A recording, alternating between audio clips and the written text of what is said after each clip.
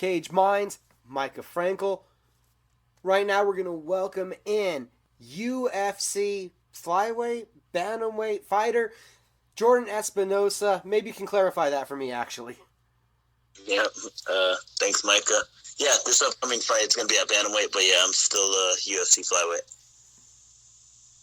Is there a specific reason, actually? We'll start off there. Why this one's at 135?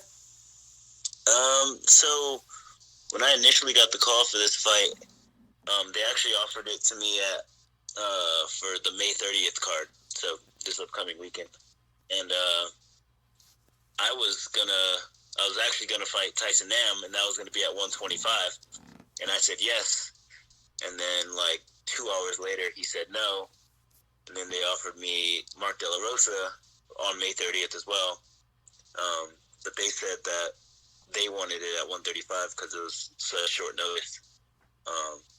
And then a couple hours later after that, they came back and said no.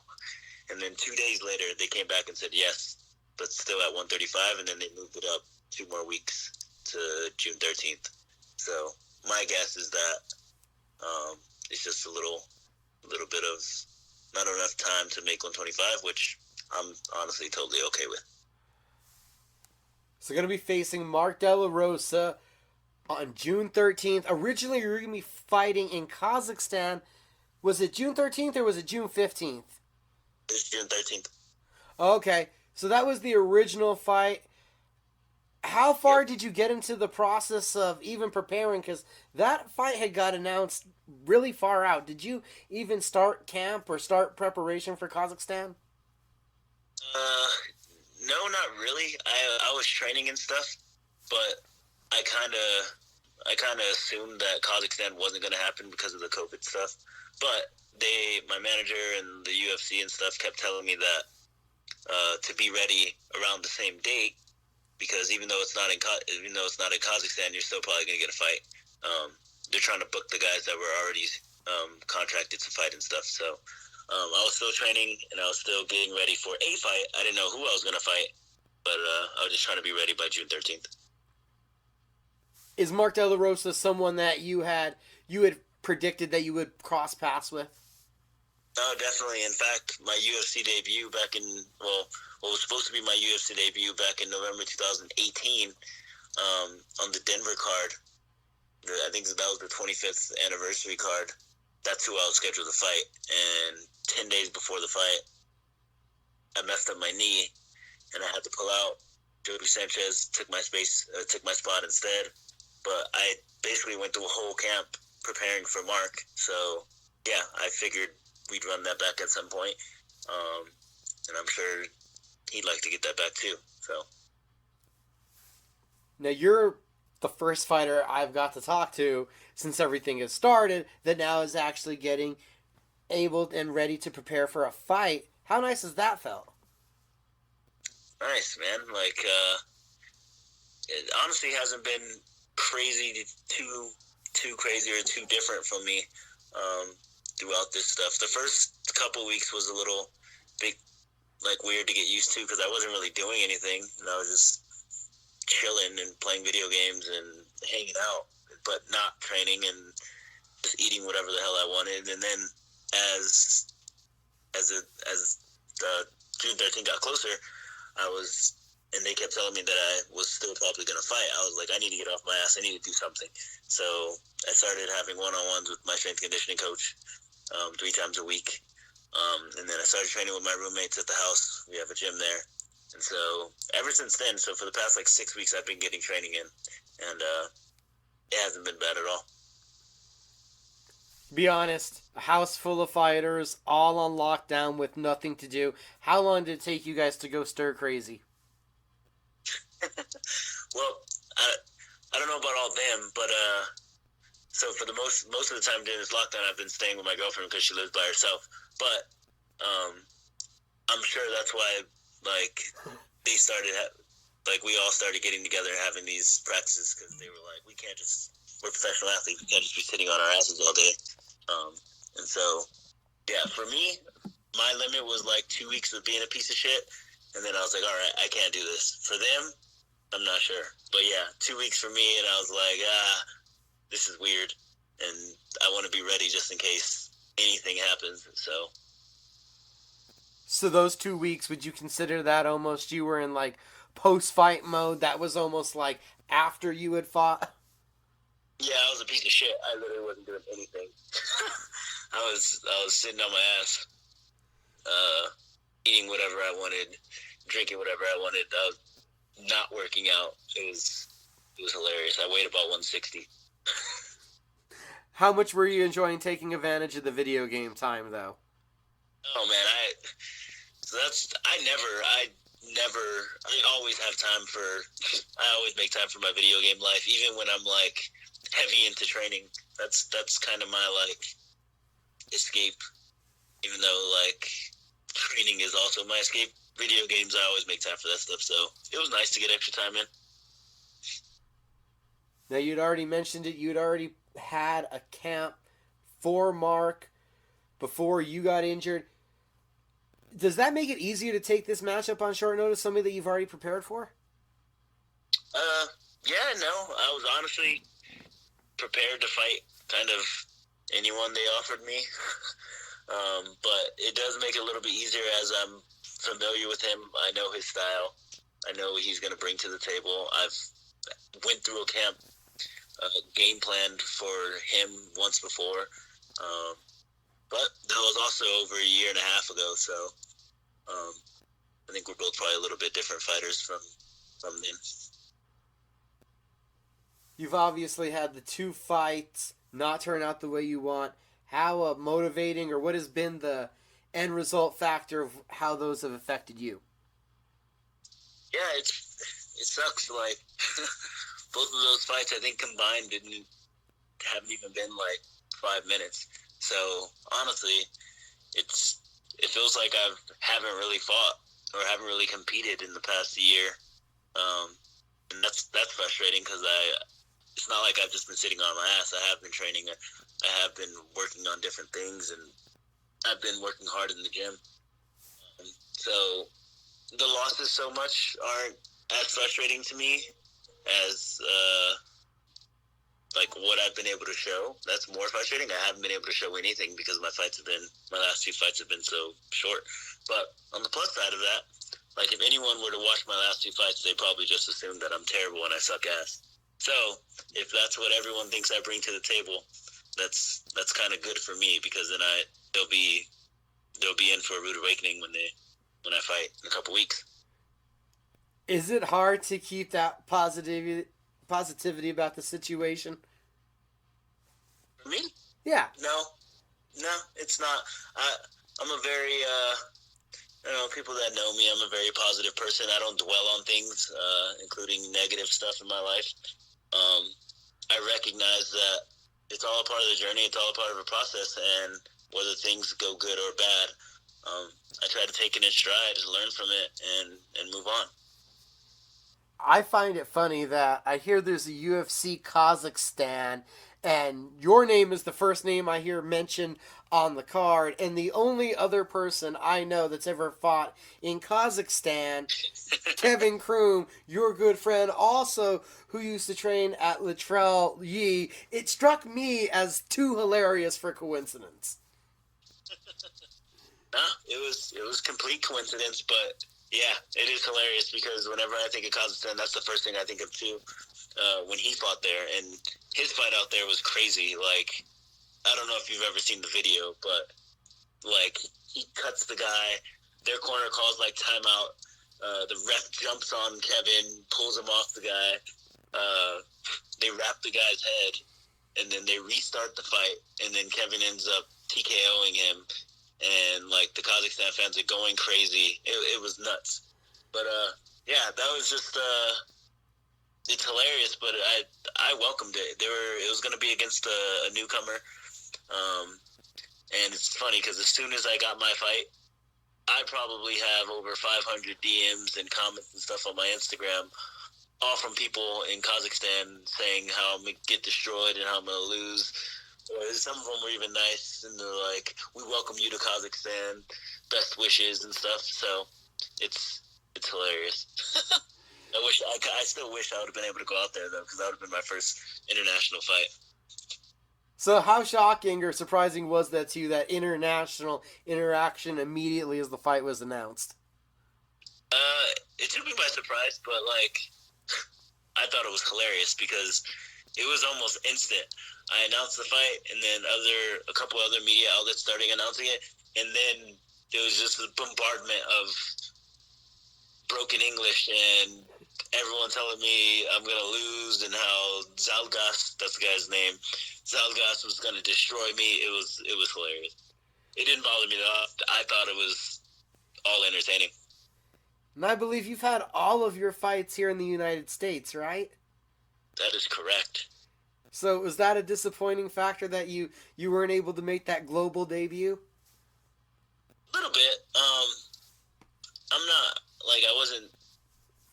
I'm not too pressed to make my international debut. Like, it'd be nice. Like, part of the perks of being a fighter at this level is that you get to travel and go to places you've never seen and get paid for it. So, it would have been nice. I'm sure I'm going to have another opportunity. It's not like like any of us had control over this situation. So, I just, it is what it is, and I'm just happy to still be fighting, still be able to have a fight, and on the same date. Going back again to Mark De La Rosa, is it a different fight from 25 to 35? Good question. I mean, I don't think so. I have fought plenty of times in my amateur and pro career at 135. He's fought several times in the UFC and in his earlier pro career at 135. Honestly, it's just nice. I fucking hate cutting weight. It's not fun. It's never fun cutting to 125. But so in terms of when I get there to fight week and how much energy I'm going to have and the mental state of not having to prepare to cut 20 pounds, like, that'll be nice. But the fight itself, I honestly don't think it would go much different had it been at 125. And for you, by now, do you feel like there's a difference as your energy levels or anything? 25 to 35, besides that, obviously it's not as dreaded going to 35. Yeah, no. Honestly, I feel like I've gotten the weight cut down to 25s since my first Contender Series fight, so that was almost 3 years ago. And since then, every time I've cut to 125, I haven't never felt like shit during the fight. I've never felt like the weight cut affected me during the fight. I've always felt good the day of the fight, gotten a good night of sleep the night before the fight. So I think the system I have down in making weight to 125 is good. But the only thing is that as I'm getting older, it gets a little bit harder to make 125. I get a little bigger naturally, I think. I've gotten a little bigger. I used to never, 2 or 3 years ago, I used to never even get over 150. Now after my fights, 2 weeks after my fights, I'm pushing 160.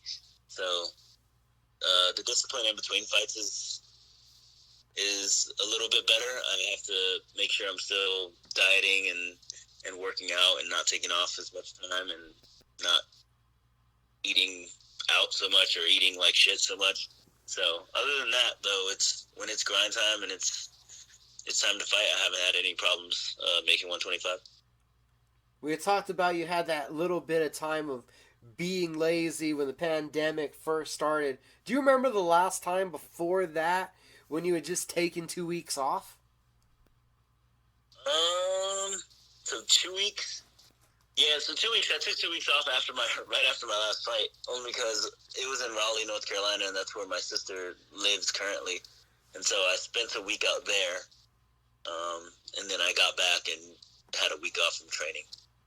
But there probably hasn't been a time in the past since I started wrestling when I was 14 or 15 that I've taken more than a month off from any kind of training or working out. Luckily enough, I haven't been seriously injured to where I've had to take a significant amount of time off. But 2 weeks, I usually don't ever take more than 2 weeks off. Not just not doing anything. Yeah, that's a rarity. And when was the last time you went this long without a haircut. I can't even see you, but I'm guessing like most of us, kind of suffering here. I was for a little bit. I was able to get in a haircut last week though. But I posted a social media picture probably, I don't know, like a month ago, and I forget what movie it's from, but it was the Samuel L. Jackson where he had like a crazy fro and his hair's all wild, and I had like a mustache and a beard that didn't connect, and it was ugly. But yeah, for a while there, I went probably the longest I've gone without a haircut in like 10 years, which was like 6 to 8 weeks. I want to say, yeah, about 8 weeks, which is nuts. It's terrible. Right, because you're an every week guy, right? Nah, I try to do every no more than 4 weeks, but in no less than 2 weeks. So on average, probably about 3 weeks, 2 to 3 weeks. Not every week. That shit gets expensive. And then also, don't know if you want to bring it up. What's up? Did take that trip out to Glory. Did you want to bring that up or no? Sure, yeah, that's fine by me. So you got in some training, got in a new look. Tell us about that. Yeah, it was cool. I stayed with my buddy Kevin Croom, who used to train out here. I used to live with him. The gym is owned by James Krause, UFC welterweight, and they have a bunch of good guys over there. They weren't. They were already out of lockdown when I got over there, so we were able to get some good training in. A bunch of training partners. It's just nice sometimes to get a new look, absorb some new knowledge, train with some new training partners, and that's exactly what I did, and it was a great trip. It was a great experience, and it was super fun. I plan on going back soon. And when was the last time you did something like that? Because I was thinking, I'm pretty sure that for the last, several years, you've been pretty consistent just here in Albuquerque. Yep, that was my first time training outside of the state since I came back from Ohio back in 2014. So damn near 6 years. And then also, if you want to spill the beans, how's Croom doing out there? We loved him. Oh, he's doing great. He's had several fights while he's been out there. He was hoping to fight again this summer. I think he still is. He's going to be cornering me for my fight. And yeah, he likes it a lot out there. And I think Grant Dawson, who's also in the UFC, he's going to be cornering him. And there's just a good set of guys out there, and I think it's a good fit for him. Nice. So you said Kevin's going to be in your corner. Have you fully got that situation situated? How many people are going to be there with you? Yep. It's going to be me, Kevin Croom, Coach Luttrell, and Coach Ray. Sweet. Does this feel like a different endeavor with the protocol, with the testing, with all that added into taking a fight? Yeah, I kind of won't really know until I get there and I'm a part of all the changes. But I don't know. For me, it feels different in the sense that, like, I don't know. I feel different. I feel like I'm in really good shape right now. I'm in a really good mindset. That was kind of my reasoning for going out there, like, just get in a different kind of headspace. And so, yeah, to me, it's like I've just been trying to take advantage of the situation. We're in a pandemic and it's a crisis and the world's kind of freaking out, but I'm going to try to grow through it. And yeah, that's my take on it. But it doesn't change the goal. It doesn't change what I want to accomplish. And I'm planning on winning in a couple weeks, and I'm planning on being dominant. You fought on the Contender Series, but does fighting with nearly nobody in attendance make a difference to you? Luckily for me, like you said, I have a little experience with it because in the Contender Series, there's really like, I don't know, 20 people, the family and friends of the other people and your family and friends, and then your cornermen. Right. And like I honestly don't expect it to be much different. I think it would have been a little bit weirder if we were fighting like in Jacksonville, where they're in a huge arena, and then it's just the cornermen and then the commentators and stuff. That would have been weird. I think it would have been like echoey and stuff. But at the end of the day, it's a fight. It's something I do every day, and even if the energy is a little bit different and there's no crowd, I don't know. I don't think it matters all that much. And I remember the first time when I fought in a contender series, I thought it was a little weird and I was just a little nervous, but that's just because of inexperience, I think. The second time I fought on the contender series, I was cool, relaxed. None of that stuff even like crossed my mind at all. And I'm fortunate to have that experience, and I think it'll probably help me going into this fight. You've sat at home, watched some of these fights like we all have. From the fighter's perspective, some of those, the empty arena, what were some of those things that you acknowledged that possibly the everyday fan wouldn't?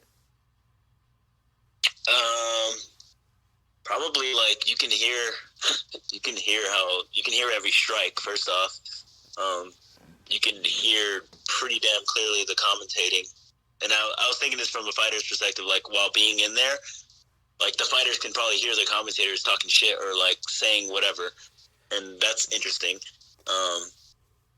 They probably also hear their cornermen's and their opponent's cornermen very loud and clear. So unless they have like code or whatever, they can have an idea of what their opponent's going to do. But I don't know. I think for most fighters, or for a lot of fighters, they kind of zone in, and a lot of that still just becomes outside white noise. Like at the end of the day, I don't really think it matters all that much. And I think it showed during the fights. There were some great fights, and it didn't look like the crowd mattered too much to the fighters, or not having the crowd matter too much to the fighters.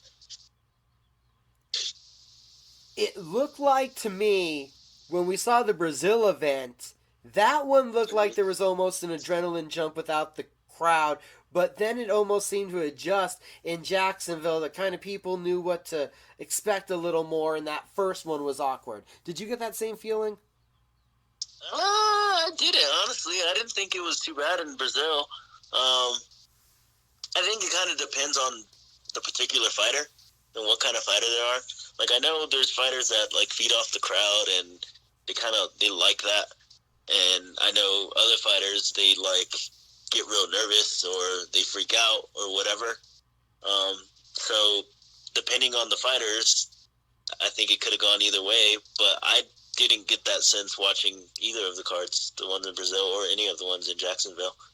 I felt it was just a little more in that Brazil one. I thought there were a couple guys that just seemed like they tired faster than I thought they normally would have. And I wondered if that had played a part of it. I don't know about that, but I was actually surprised about how well the fights in Jacksonville were, because I figured there's a bunch of short notice fights. There's a bunch of people, even if they've been training, like they haven't been able to train like they normally train. And so I was like, maybe these guys won't put on such great fights. And I was pleasantly surprised, because almost every fight, especially the last card and the first card, those fights were ridiculous. They were definitely great, and I guess this would lead to a different thing then. Do you feel almost like with no crowd, it can almost be more just like the gym? And I swear I've seen guys, not you particularly, but just guys that let it hang out more in the gym, and that could kind of lead to almost more of a carefreeness during the fight? For sure. For some fighters, some fighters are gym heroes, and like if that environment is more like the gym, then I could see how they'd feel more comfortable there. But for other fighters, they really thrive off of the crowd. They thrive off the energy. They thrive off those types of things. And so for them, it could hinder them a little bit. But if it does make a difference, I don't think it makes more than maybe a 5 to 10% difference. That could be a lot during the fight, honestly, but I don't think it makes that big of a difference. All right. So you've been working on yourself, working on the video games. Anything we missed that's been going on with Jordan Espinosa recently? Oh man, I've been locked down like everyone else, except for really the past 2 weeks when I was in Kansas City. So other than getting in some new work, kind of changing my environment for a little bit, I'm waiting to see what the rest of the world does, and hoping things get back to some kind of sense of normalcy here soon. And I'm just excited to fight. I'm excited to compete. I'm excited to implement all the new stuff I've been learning and the time and work I've been putting into this thing. Wanted to ask you also on the video games, do you stream yourself? I do. Do you have a channel? Yeah, I stream off of Twitch, and it's twitch.tv/StateChamp103. And what have you been playing most on there? Is it everything a variety, or is there something that you like to do most? So I kind of play whatever. I play a lot of stuff, but the thing I've most streamed during the quarantine was the Final Fantasy VII Remake. I'm a big Final Fantasy fan. Anyway, the remake came out about a month and a half ago, and I probably put a good solid 100 hours into it, beating it on normal and then replaying it on hard. So, yeah. Have you played with Andreas yet? I have. But when I play with Andres, we usually play, it's a game called Apex Legends. It's a team-based shooter game. Because he was the first one that actually rang up to me about it re-coming out and about Final Fantasy. He was the first one bringing it up to me. Yep, well, that's a one-player game, so I haven't played that game with him. But me and him have played Apex together, which is a competitive shooter. So that one's a team-based game, and Final Fantasy is just a single-player, story-driven game. And you're an every kind of game guy, right? Yeah, I'm a big RPG fan. I like competitive shooters, and I'll play that a lot and stream those quite often. But whenever there's a big game or something I'm interested in, like Final Fantasy VII Remake, or there's a game coming out next month called Ghost of Tsushima. But yeah, those types of games, I'll spend probably 4 or 5 days just to beat it on single player and get through the story, and then I'll go back to the multiplayer games, and because I can play the multiplayer games over and over. The story-driven one-player games, I just beat it basically, and sometimes I'll try to go through and do everything there is to do, but there's kind of an end point there. In competitive games, you always match up with other people, and games will be different in some sense. And give us a sense, if you can, what are the next 2 weeks gonna look like for you? You've got about 2 weeks left of training before you head out to Vegas. Yep. I'm just gonna keep getting in shape. I'm training pretty consistently every day. Have a strength conditioning program.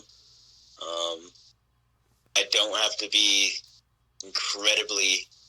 Usually around this time, I'm trying to get my weight down into the low 40s before I start my water cut the week of the fight. I won't have to do that so much because I'm fighting at 135. But other than that, it's just staying healthy, keeping my shape, and getting working. It's always great getting to talk to Jordan Espinosa. Dude, thank you for the time. No problem, Micah. It's always good talking to you, too. And one more time, tell everybody how they can follow you on social media. Follow me on Instagram at StateChamp_103. Jordan Espinosa MMA on Facebook. I'm on Twitter, even though I don't really use it. And that one's also StateChamp103. And you can find me on Twitch, too, at Twitch.tv.